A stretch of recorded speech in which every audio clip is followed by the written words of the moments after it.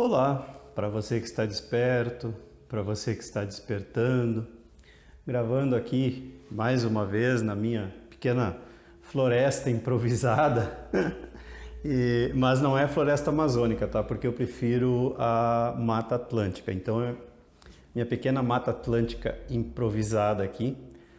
Como eu disse outro dia, para dar um efeito, né? Uma energia, uma energizada, porque planta é vida. E então, né, a gente deu uma melhorada nesse visual aqui para melhorar as coisas para você aí do outro lado que está me assistindo, que está me ouvindo. Mas me assistindo principalmente, né? Porque só ouvindo você não vai ver a beleza que ficou. Brincadeirinha.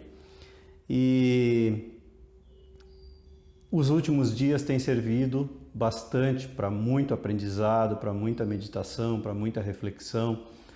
Né? Essa noção errônea, como eu disse já na virada do ano, né? Essa noção errônea que a gente tem de que alguma coisa termina e outra começa, de que o ano novo vai levar o ano novo vai trazer alguma coisa, né? E o ano velho vai levar alguma coisa embora. A gente tem que começar a tirar essas noções errôneas das nossas vidas. Não existe nenhum ano velho que foi, não existe nenhum ano novo que começou. Para o calendário cósmico, a vida simplesmente continua sempre. E é muito importante, não é brincadeira, a gente se desfazer dessas noções errôneas nas nossas vidas. E a própria natureza em si, né, como eu ia dizendo, nos auxilia, a natureza através dos minerais, através dos animais, através das plantas, né, nos auxilia, uma vez que nós nos tornemos pessoas observadoras, meditadoras, a gente consegue aprender desse livro maravilhoso e verdadeiro, né? É o único livro verdadeiro mesmo que pode se chamar assim. Não é o livro de papel, não são as palavras, né? Nem o livro digital hoje em dia também, que tem que considerar. O único livro que traduz a verdade universal é a própria natureza, aonde nós estamos inseridos e da qual fazemos parte, embora tenhamos nos esquecido completamente disso. Nós nos confundimos com o pensador, nós nos confundimos com o pensamento, nós nos confundimos com o pensar. Então, nós nos confundimos com as crenças, nós nos confundimos com as ideias, com as idealizações, com tudo aquilo que pertence ao reino da mente concreta.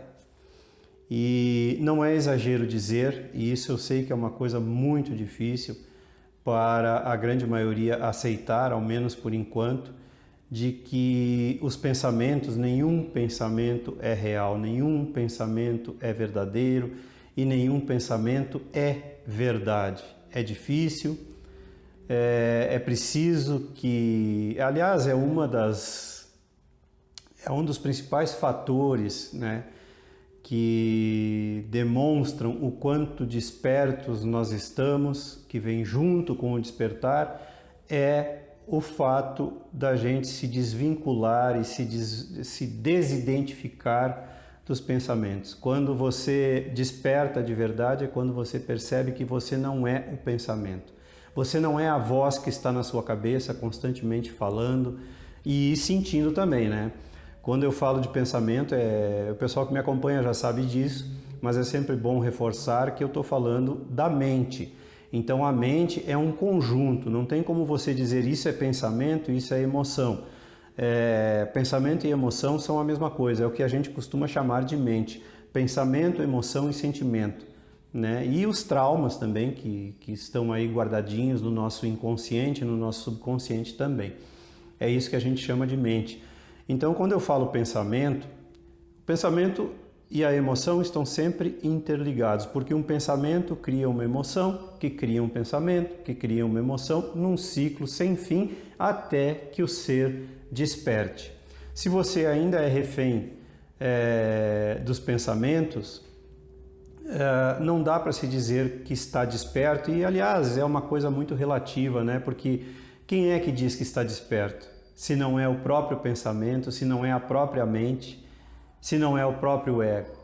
Então, enquanto você se reconhecer como desperto, enquanto você se achar desperto, você não está. Nós não estamos. Na verdade, quando a gente está desperto, a gente nem percebe mais. Isso nem se torna importante mais. Porque a gente se desidentifica, como eu ia dizendo, a gente se desidentifica do pensar e do sentir. Num sentido... Esse sentir também, né, é uma coisa muito debatida, porque existe um pensar e um sentir que estão além da mente, que estão além do pensador, que estão além do condicionamento. Porque o pensamento e a emoção pertencem a um reino de condicionamento, que é o condicionamento que a gente traz desde a nossa infância, que tem sido colocado de fora para dentro.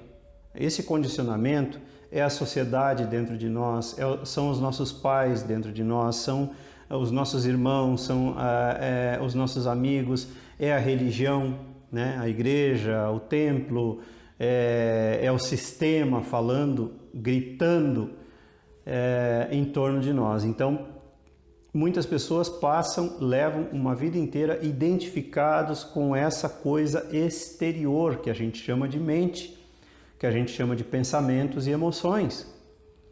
Então, quando surge o verdadeiro despertar, o primeiro despertar, é quando a gente se dá conta de que a gente não é essa voz que fica falando a partir dos pensamentos e emoções dentro da gente. Então, quem nós somos? Quem somos nós? Aí é que vem o aprofundamento necessário pelo autoconhecimento, porque ninguém pode dizer quem você é. Não tem um Dinei falando aqui, não tem um Jesus, não tem um Buda, eu não estou me colocando ao lado dessas pessoas, desses seres, né, de grande iluminação, que quando eu falo assim, eu não estou me colocando ao lado deles de forma alguma. Né? Eles realmente são criaturas de níveis superiores, mas assim, na narrativa ficou parecendo, então peço desculpas a vocês. O que eu quero dizer é que não adianta ninguém pode dizer quem você é. É um caminho que tem que se trilhar sozinho a partir do momento em que você desperta. Mais uma vez eu quero associar que quando você desperta é quando você percebe que você não é a voz dentro da sua cabeça. Então, se você não é a voz dentro da sua cabeça, quem é você? Quem sou eu? Aí que começa, repito, a grande caminhada que você tem que caminhar sozinho. Ninguém pode caminhar por você. É a caminhada do autoconhecimento, é a caminhada da meditação. Não adianta, você pode espernear, você pode dizer isso, aquilo, eu não consigo meditar, eu não consigo parar quieto, não importa. E eu tenho uma boa notícia para vocês também. Eu também não consigo parar quieto. A meditação estereotipada, tradicionalmente estereotipada que a gente recebe, para mim sempre foi um sacrifício muito grande, porque eu também tenho dificuldade de parar quieto. Minha mente está sempre a milhão e tal. E eu tive a sorte de compreender, né, através de alguns grandes mestres, juntando numa combinação aí de Osho, Krishnamurti, Eckhart Tolle, Moji, Nisargadatta Maharaj, Ramana Maharshi, Buda, Jesus, Sócrates, Platão, Confúcio, Lao Tse e tantos outros que eu vou acabar me esquecendo, de tanto ter lido, eu não sei o que aconteceu aí, mas houve um sopão dentro de mim, e com alguns fatores que aconteceram na minha vida que me jogaram literalmente lá no fundo do poço. E uma vez estando no fundo do poço, eu acabei me esvaziando completamente de mim mesmo, porque não sobrou mais nada. Então, chegou um momento onde eu pensei, se tudo que eu fui até agora não me levou a lugar nenhum e me trouxe aqui para o fundo do poço, então eu não quero mais ser isso, né? Então, eu estou falando isso dessa forma, de forma retroativa, né? Então fica mais fácil de falar, mas na época eu não sabia nada disso que estava acontecendo, né? Mas hoje, avaliando, o que aconteceu foi isso, eu me esvaziei de mim mesmo e me tornando vazio. Aí os ensinamentos dos grandes mestres, todo esse sopão que estava dentro de mim acabou começando a fazer sentido, que é esse sentido de que se eu não sou a voz na minha cabeça, se eu não sou essas emoções que circulam em mim, então quem sou eu? E eu descobri que há uma existência além dessa voz, além do Dinei Serpa, que vocês me ouvem falar aqui e atribuem esse nome a mim, eu também me atribuo socialmente esse nome, assim como vocês, se atribuem certas identificações, mas quando você descobre que você é algo além, que muitas pessoas chamam de eu superior, de eu sou, de ser, ou até de Deus mesmo, de verdade, não importa que nome se dê, você não pode, quando você descobrir isso, você não vai mais se apegar a qualquer nome que seja, embora você, para se comunicar, a gente tenha que continuar usando determinados nomes. O amor, eu sou o amor encarnado, né? Você pode atribuir qualquer nome, mas você descobre que você é algo além desse condicionamento social, desse condicionamento de cultura, que é muito forte e muito chamativo. A cultura, o pertencimento, a identificação social, as tradições, acabamos de passar aí pelo Natal e pelo Ano Novo, que são as tradições mais fortes que a gente tem na humanidade, e você vai concordar comigo avaliando.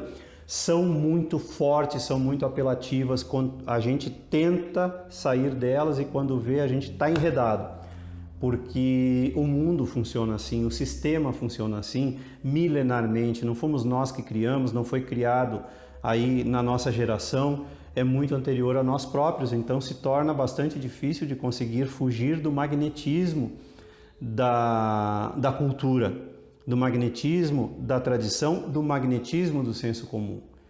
Então, o nosso condicionamento social, essa voz dentro da gente, né, essa emoção, esse pensamento que circula constantemente dentro da gente, ele tem uma atração muito forte, que é a atração do senso comum. Então, num determinado momento, você consegue dar um passo atrás e o suficiente, é como um foguete que precisa alcançar uma determinada altitude para fugir da atração da gravidade da Terra. Você precisa dar um passo atrás, um grande passo atrás, para fugir da atração do senso comum. Não, essa relação que eu estou fazendo não é brincadeira. Essa relação que eu estou fazendo é uma relação real. Existe uma atração física, né? Porque os pensamentos são físicos, tem peso, tem medida. As emoções são físicas, elas têm peso, elas têm medida, elas têm um peso e uma medida relativas à realidade astral aonde elas são criadas e elas vivem. Emoções e pensamentos, né? Emoções e pensamentos. Então, tem peso, tem cor, tem cheiro, sim, senhores e sim, senhoras. Por mais que a gente tenha dificuldade de compreender isso, tudo bem, não tem problema nenhum. No momento certo você vai compreender. Todas as coisas são materiais. Todas as coisas que existem e que têm forma, no seu nível correspondente, elas têm atribuições, cheiro, cor, peso, medida, enfim. E então tem um momento que a gente percebe tudo isso e a gente então se dá conta de que não é o pensamento. O que a gente faz?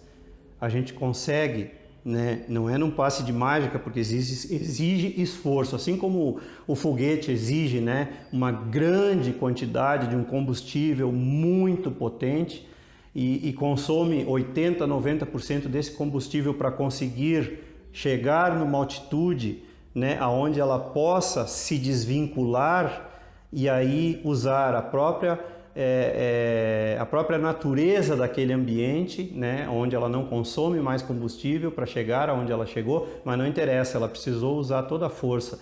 E esse combustível é a força de vontade. Quando você direciona a sua força de vontade, que é o seu combustível, que é o nosso combustível, para esse afastamento do senso comum, então a gente consegue realmente se afastar. E nada mais importa. É quando a gente perde o interesse pelo mundo.